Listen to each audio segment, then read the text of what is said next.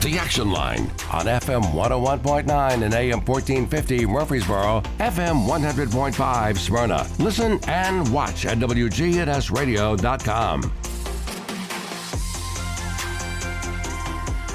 In studio, we have with us from Oaklands Mansion, the Executive Director, James Manning. And James, how are you this morning? I'm doing great, Scott. How are you? I am good. You know, I was just sitting here thinking, boy, I bet Valentine's Day was cheaper almost 200 years ago. Oh, I'm sure it was. It's getting more expensive every day, isn't it? It is. It really is. So Oaklands Mansion and Valentine's Day, how do those two go hand in hand? Well, we always like to have special events for folks. You know, that's how we make most of our income, which we kind of have to keep going. We love our tourists and being there to meet them and talk with them, but it's the special events, whether it's something that we put on like this one, or if it's a family event that's a rental at Oaklands. Those are really how we keep the doors open. And so we were just trying to think of creative things that we could do this year, and people love spending time in the mansion. In addition to just having a tour of the house, they love to be able to sit inside and particularly have a meal in there, and that's not something that we get to do very often. Usually our spring or summer party sometimes is just too big, and our Christmas party certainly is. We'll often have a reception in the mansion as a part of the Christmas party, but then have the full dinner in Manny Hall. But for this one, we've got these little small 24-inch tables that are just perfect for two people, and so we're going to set tables in the front parlor and the dining room and the library and some other rooms in the mansion too, and we're going to have a really special meal catered by Chef Jeff. His restaurant used to be on Northfield Boulevard, so a lot of folks will remember that restaurant. He has a catering business now that he has changed the name of recently to Salty Crew, I think is the name he's going by, but Chef Jeff has wonderful food, and he's tried and true, and we're excited to get to have folks come over and have dinner inside the mansion. We've got 3 times that they can select from on Valentine's evening, and we have a Phyllis Sparks harpist is going to be joining us, which is really special. She's pretty well known in the area, in the musical community, and she's got a really beautiful harp that she's going to bring and play as sort of background music while folks dine. We have homemade appetizers and desserts that are going to be had after the dinner in our reception hall. So we'll have the fireplace going, and people can dance on the hardwood floors they like. There'll be music over there as well.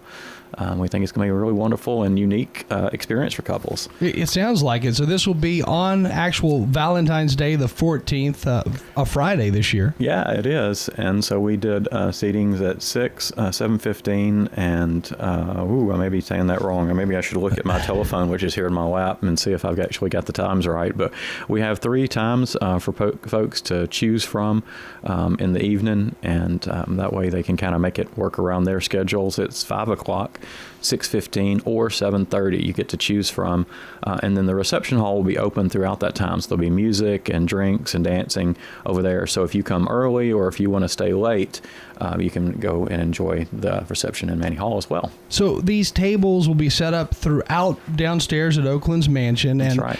It'll be kind of like, I guess, a restaurant type setting almost. You'll go in, sit down, and you're not going to be giving a speech or anything, are you? No, we're not giving any speeches, fortunately, for our guests. They don't have to endure that. We have this incredible scrapbook that was given to us by some descendants of the folks that lived at Oakland in the 1920s.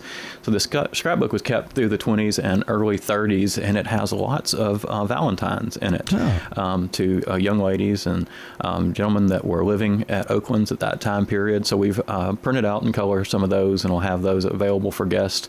There's also going to be some little information about the language of the fan and what the flowers of the period meant. We've partnered with Black Cat Floral and Hannah and Amanda to provide custom homemade chocolates. So if you are dining with us, when you purchase your admission, then you'll have an additional option if you would like to purchase flowers and candies as well. And if you don't come to the dinner, you can still purchase the candies and the flowers and pick them up at Oaklands.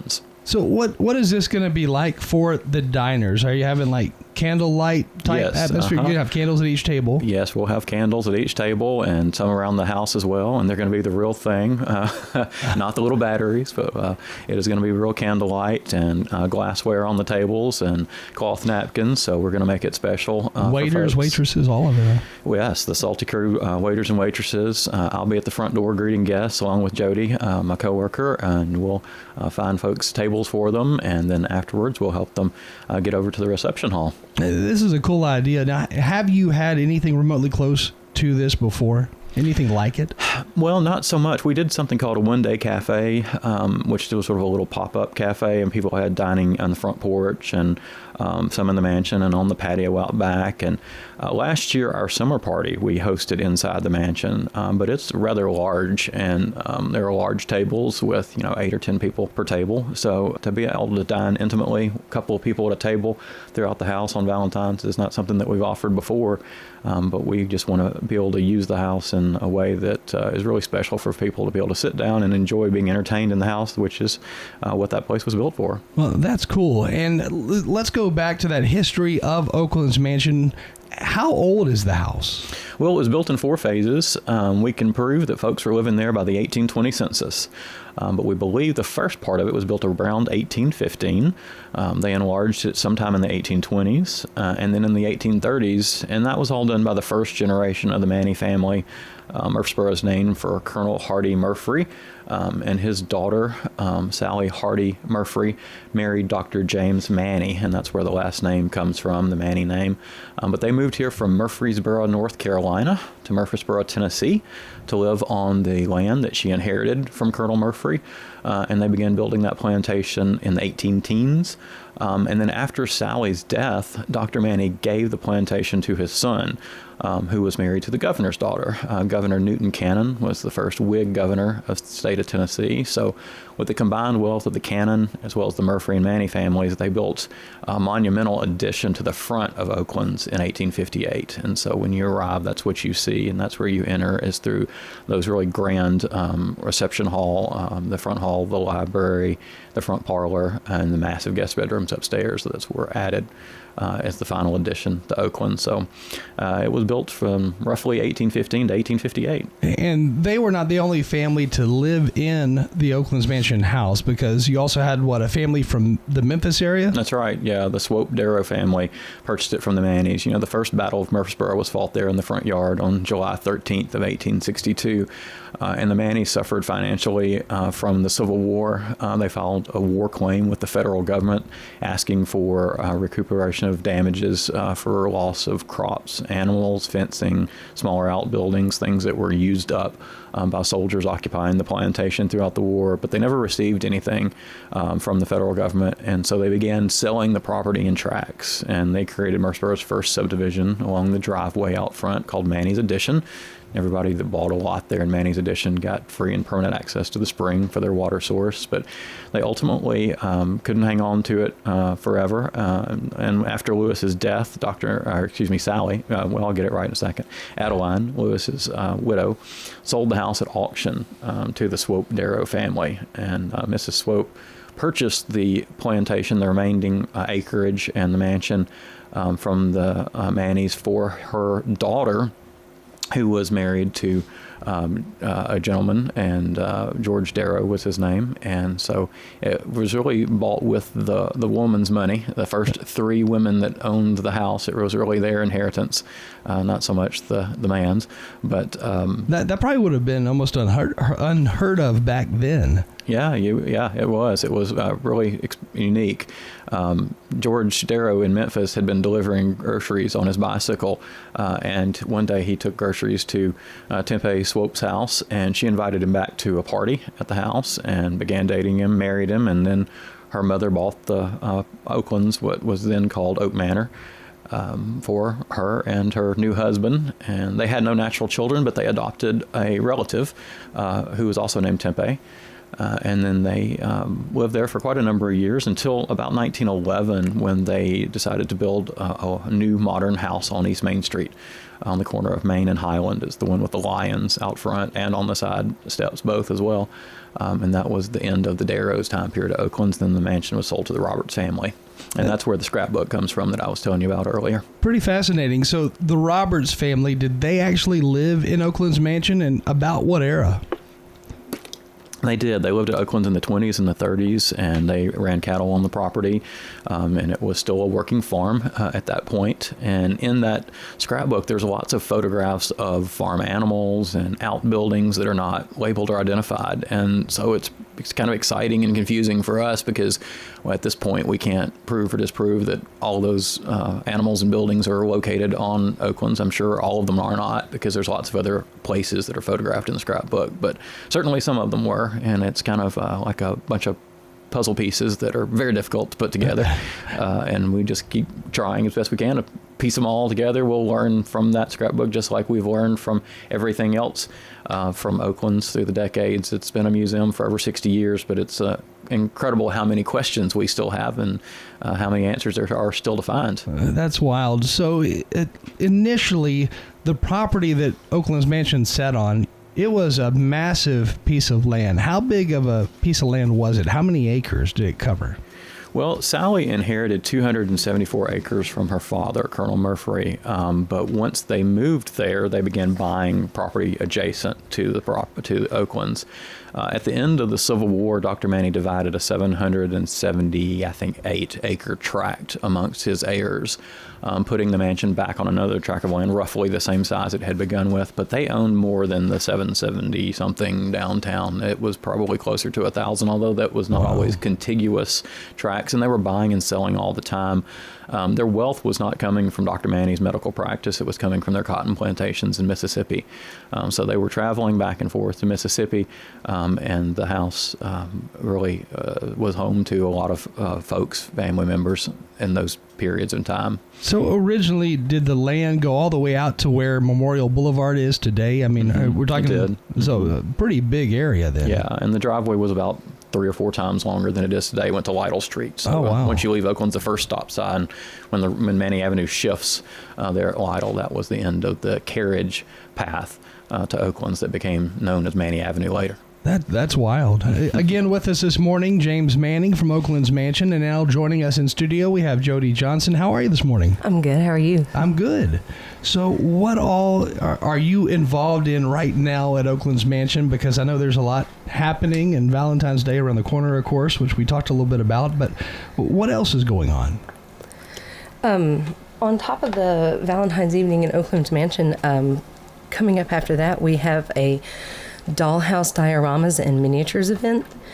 There are going to be dollhouses displayed in the mansion, and an exhibition in Manning Hall where people in the community can enter any dollhouses and dioramas and miniatures that they have made, and we'll put them on exhibition, and people can come and view all of these and vote for them tokens and see all the dollhouses displayed in the mansion. That'll be the 7th through the 11th of April.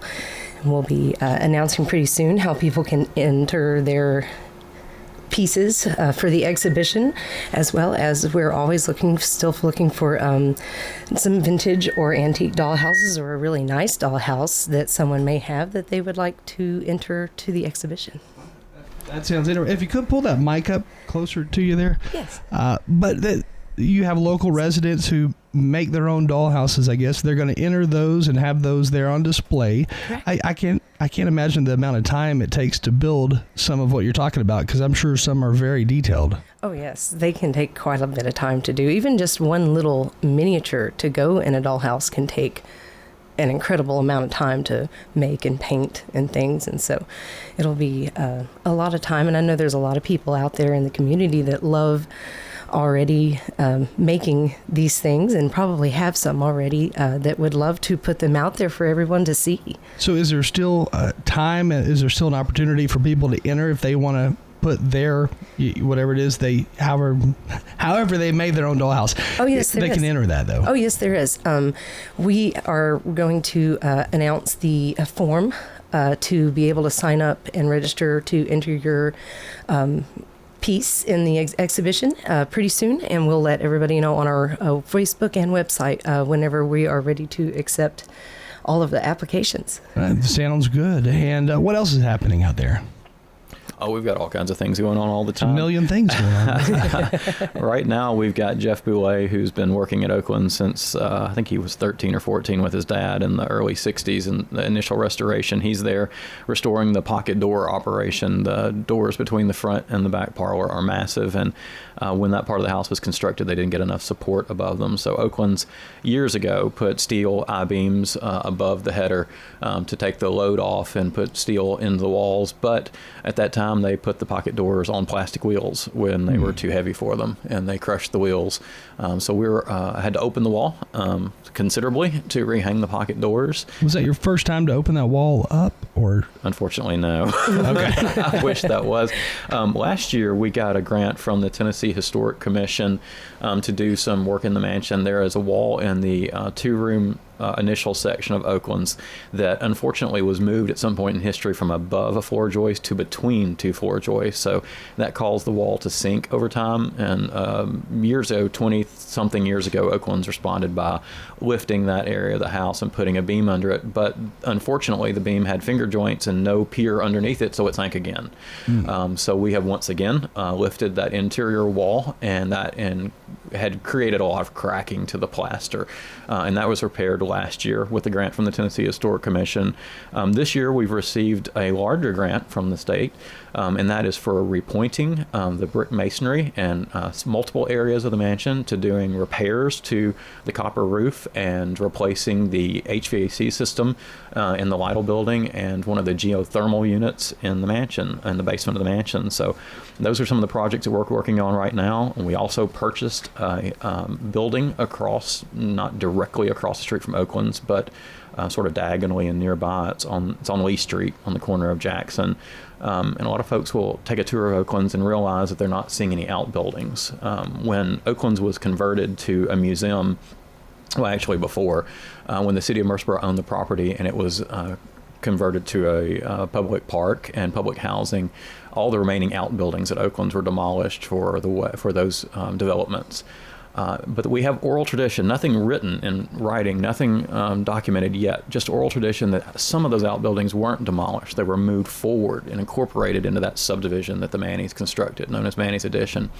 And so a couple of months ago, I was looking at Realtor.com and saw this one-room log structure that was about to be auctioned, and you can't see it from the exterior because it's been built around. It's a white stucco house, and it looks pretty unremarkable from the exterior. But inside, we found a log building that was not created to be a residence. It was an outbuilding because the logs are very widely gapped and spaced for air to flow through. It was a grain bin or a corn crib or something of that description. And the Rutherford County Archives volunteered to do the research for us, the deed research, and prove that it was sold in 1870 by Dr. Manny to Reverend D.D. Moore. And presumably in 1870 it was converted from an outbuilding to a residence because the chinking was added between the logs and they were whitewashed. And then later through the decades, rooms were added around it.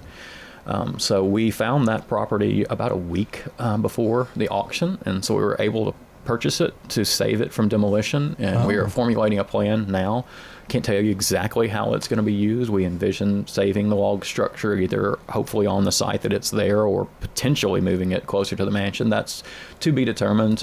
It will help us figure that out if we are able to determine if it was built there in that location. Members of the Tennessee Historic Commission came and visited with us actually on Halloween and removed some cut nails from it to prove that it is pre-war as we suspected, and it was built on stone piers in this location and probably built there. Most outbuildings and dependencies were usually behind or to the side of a plantation house, but that's not always the case.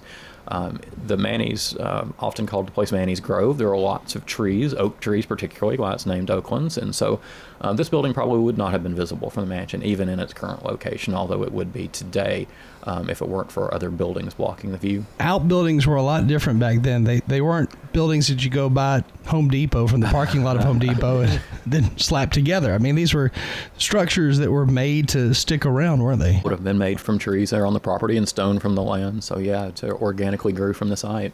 I think if I were a part of Oaklands Mansion, I think the most interesting thing would be whenever you have to do some type of reconstruction and dig into those walls or cut open those walls, because I'm sure there's some areas of the house on the interior where you haven't had to cut open the wall yet.